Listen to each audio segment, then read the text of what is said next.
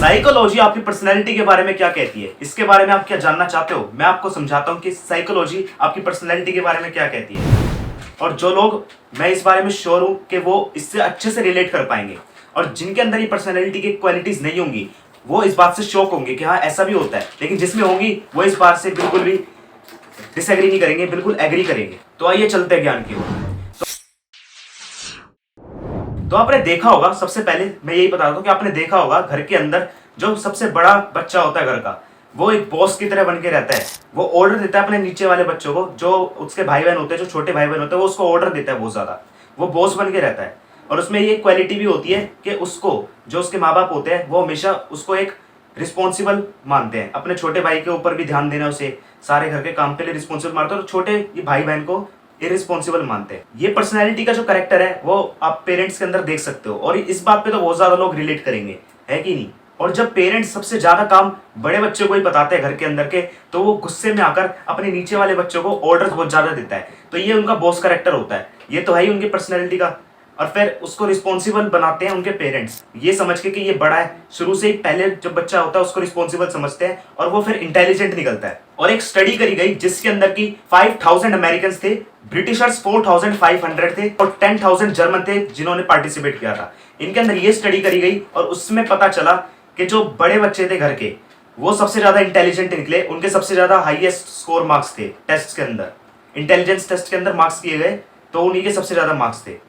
तो इससे से साफ पता चलता है कि उनकी इस रिस्पॉन्सिबिलिटी देने की वजह से कि वो कितना ज्यादा केयर करने लगे उन चीजों के ऊपर। तो ये कैरेक्टर आपके में है नहीं है, ये मेरे को कमेंट्स में लिख के बताओ। अब मेरे को एक चीज बताओ कि आप लोगों की पर्सनैलिटी आपके हिसाब से क्या होती है? कि वो चेंज होती है लाइफ के अंदर आगे चलते चलते, क्या पर्सनैलिटी चेंज हो जाती है, या फिर आपके हिसाब से कि वो वैसी की वैसी ही रहती है? एक लॉन्ग टर्म स्टडीज के अंदर ये पाया गया है कि जो मेन कैरेक्टर्स होते हैं, पर्सनैलिटी के जो मेन कैरेक्टर्स होते हैं, वो हमेशा कंसिस्टेंट रहते हैं, और वही सेम रहते हैं, वो बदलते नहीं है कभी भी। आपके लाइफ के अंदर जो चेंजेस आते हैं वो आपके रोल्स होते हैं, वो आपके इश्यूज होते हैं, जो कि सबसे ज्यादा अफेक्ट करते हैं, जो कि सबसे ज्यादा मेन पॉइंट्स हैं, जिसकी वजह से आपको लगता है कि आपकी पर्सनैलिटी चेंज हो रही है। लोग सोचते हैं कि उनकी पर्सनैलिटी चेंज हो रही है, लेकिन असल में उनकी उम्र बढ़ती है, उनकी एज बढ़ती है, जिसकी वजह से उनकी जो सिचुएशंस होती है, उनके साथ जो घटनाएं होती है, जो इम्पैक्ट करती है उनके ऊपर, उनसे उनके आव भाव चेंज होते हैं, उनके जो एक्सप्रेशन होते हैं वो चेंज होते हैं, जिसकी वजह से उनको लगता है कि उनकी पर्सनैलिटी चेंज हो रही है। लेकिन ऐसा नहीं है, पर्सनैलिटी वही रहती है। ऐसा न्यूयॉर्क टाइम्स के एक आर्टिकल ने कहा है। और ये साइकोलॉजी है, इसको समझना थोड़ा मुश्किल होता है, लेकिन अगर इसको ध्यान से गहराई में जाके सोचोगे तो आपको पता चलेगा कि हाँ ये बात सच है। एग्जाम्पल के लिए, अपना आपको ज्यादा शो ऑफ करना और लोगों की साइड ज्यादा लेना, ये चीज कम होते चली जाती है उम्र के साथ साथ। वहीं पे आप कॉन्शियस ज्यादा हो जाते हो अपने काम के प्रति, और साइड लेने की बजाय आप उस चीज से एग्री जरूर करते हो, लेकिन उसकी साइड नहीं लेते, एग्री जरूर करते हो, आप एग्रीएबल बन जाते हो। ये चीज आपने नोटिस करी है नहीं करी? वहीं पे एक और एग्जांपल देता हूं। जब लोगों का एडल्टहुड स्टार्ट होता है तो उस टाइम पे वो ओपन रहना ज्यादा पसंद करते हैं लोगों के साथ, लेकिन वहीं पे जब एडल्टहुड खत्म होने वाला होता है उनका, तो वो ओपन रहना ज्यादा पसंद नहीं करते। अब जैसे कि आपने देखा ही होगा कि 19 से 24-25 साल की उम्र वालों में ज्यादा डिप्रेशन आता है, उसका यही कारण है। साइकोलॉजी ये कहती है। अब आप इस मेरी बात से एग्री करते नहीं करते हो, है कि नहीं? अब चलो, आपने देखा होगा कि जो आपका सबसे अच्छा फ्रेंड होता है, या फिर जो भी आपके घर के अंदर सबसे अच्छा आपको एडवाइस देता है, जो भी सबसे ज्यादा आपको बेस्ट एडवाइस देता है, आपको कुछ बताता है इस बारे में, जो भी आपके पर्सनल चीजें होती हैं, तो आपने देखा होगा कि वो जो बेस्ट एडवाइस देता है ना, उसके लाइफ के अंदर ही सबसे ज्यादा प्रॉब्लम्स आती हैं, क्योंकि उन प्रॉब्लम से ही सीखकर या फिर समझकर वो आपको कुछ बताता है। लेकिन कभी कभार आप उससे सहमत नहीं होते, लेकिन जब बाद में वो चीजें हो जाती हैं तो उसके बाद आप सोचते हो कि हाँ वो ठीक कह रहा था, उसकी बात सुन लेनी चाहिए थी मेरे को। लेकिन उस एडवाइस को अगर आप सुन लेते हो तो उसका फायदा जरूर होता। सोचते हो ना आप ये बात? और ऐसा इसलिए होता है क्योंकि वो जो पर्सन है वो प्रॉब्लम से गुजर चुका होता है पहले, जिसके पास बहुत सारा प्रॉब्लम्स आती है, वो उस चीज को समझ चुका होता है। और कभी कभार तो ऐसा भी होता है कि कुछ लोग अपनी उम्र से ज्यादा ही मैच्योर हो जाते हैं पहले ही। जैसे कि अगर वो 15 साल के, तो वो 25 साल की मैच्योरेशन उनके अंदर पहले ही आ जाती है। 10 साल का डिफरेंस हो जाता है, 5 साल का डिफरेंस हो जाता है। तो ये बहुत बड़ी चीज होती है जो कि कैरेक्टर के अंदर आती है, और जो कि ये जो उनकी पर्सनैलिटी की चीजें के बारे में डिफाइन करती है। अब एक चीज मैं आपको बता दूं जिसको सुनकर आप कहोगे कि हाँ वाह, ये बात तो इसने बहुत बिल्कुल सही चीज कही है, कि जितना ज्यादा स्मार्ट एक आदमी होता है उतना ज्यादा तेजी से वो सोचता है और डिसीजंस लेता है अपने, लेकिन उतनी ही ज्यादा खराब उसकी राइटिंग भी होती है। आपने ये चीज नोटिस करी होगी। और उसकी राइटिंग क्यों खराब होती है? वो इसलिए क्योंकि जितना ज्यादा वो फास्ट सोचता है, और जब वो लिखने बैठता है उन चीजों को, तो वो ये सोचता है कि ज्यादा से ज्यादा मैं उस चीज को लिख पाऊं और मेरे दिमाग से ना जाए, तो इसलिए वो फास्ट लिखता है, इसकी वजह से उसकी राइटिंग खराब हो जाती है। अगर आपको भी रात को सोते वक्त या सोने से 5 मिनट पहले बहुत ज्यादा थॉट्स आते हैं और वो थॉट्स आपके दिमाग से निकल नहीं पाते, और बहुत ज्यादा ऐसे थॉट्स हैं वो जो कि बहुत ज्यादा इंपॉर्टेंट होते हैं, लेकिन आप चाहते हो कि वो थॉट्स अभी ना आए, लेकिन वो रात को ही आते हैं, वो कभी भी आपको दिन में नहीं आएंगे ऐसे थॉट्स।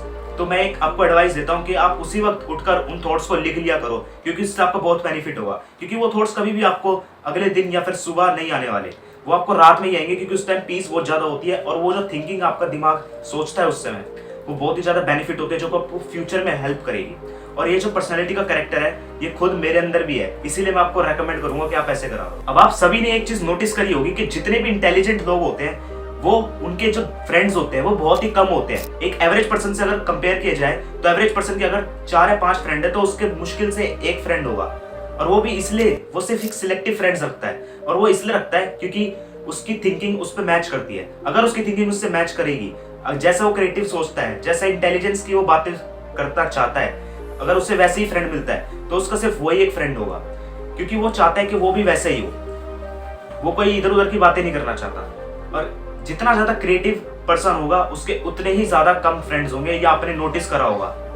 और जो लोग का बिहेवियर कैरेक्टर इस तरीके का होगा, वो अभी इस बात पे मेरे रिलेट कर पा रहे होंगे। अच्छा, इस बात को छोड़ो, मैं आपको एक मजे की बात बताता हूँ। आपने देखा होगा कि जो लोग 2 लैंग्वेजेस बोलना जानते हैं, जैसे कि हिंदी भी जानते हैं और इंग्लिश भी जानते हैं, तो जो वो हिंदी में बोलते बोलते एकदम से इंग्लिश में बोलने लगते हैं, तो उनका कैरेक्टर चेंज होने लग जाता है, उनको पता भी नहीं चलता। अनकॉन्शियसली एकदम से वो चेंज स्प्लिट जब करते हैं उस दूसरी लैंग्वेज के अंदर बोलते बोलते, तो उन्हें पता नहीं लगता कि वो अपना कैरेक्टर खो जाते हैं। जैसे कि अभी मैं हिंदी बोल रहा हूँ, तो मैं नॉर्मल होकर आपको बोल के दिखाता हूँ, जैसे कि I think he can do this work, he is the better choice, तो आपको ये नॉर्मल लगा। लेकिन कुछ कुछ जब कैरेक्टर खो जाते हैं, उनको पता नहीं चलता, तो वो इस तरीके से बोलते हैं, I think is the better one who can do this.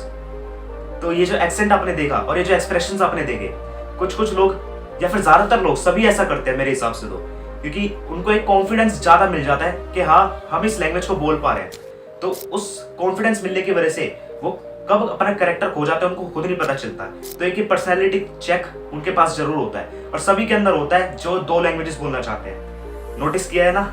चलो, मैंने अब तक तो आपको ये सारे पॉइंट्स बताए, बहुत सारी चीजें बताई कि पर्सनैलिटी के अंदर क्या क्या चीजें होती हैं। लेकिन अब मैं आपको एक चीज बताता हूँ कि जिससे आप ये बात पहचान पाओ कि कोई पर्सन आपकी बात में इंटरेस्टेड है या नहीं।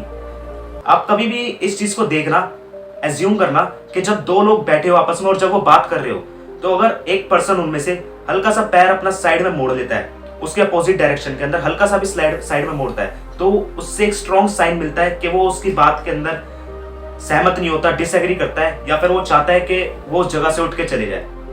कभी भी नोटिस करके देखना ये चीज। और एंड के अंदर अब मैं ये बोलूंगा कि जितनी भी पॉइंट्स मैंने आपको गिनाए, जो जो साइकोलॉजी आपकी पर्सनैलिटी के बारे में कहती है, उससे आप सभी ने रिलेट जरूर किया होगा। और सबसे ज्यादा जिस पॉइंट से भी आपने रिलेट किया, उसको मेरे को कमेंट्स में लिख के बताना। मिलते हैं किसी अगली इंटरेस्टिंग वीडियो के अंदर। जब तक के लिए आप इस साइड वाले वीडियो को क्लिक करके देख सकते हैं। जब तक आप अपनी इस पर्सनैलिटी को ऐसी बनाए रखिए। जय हिंद, जय भारत।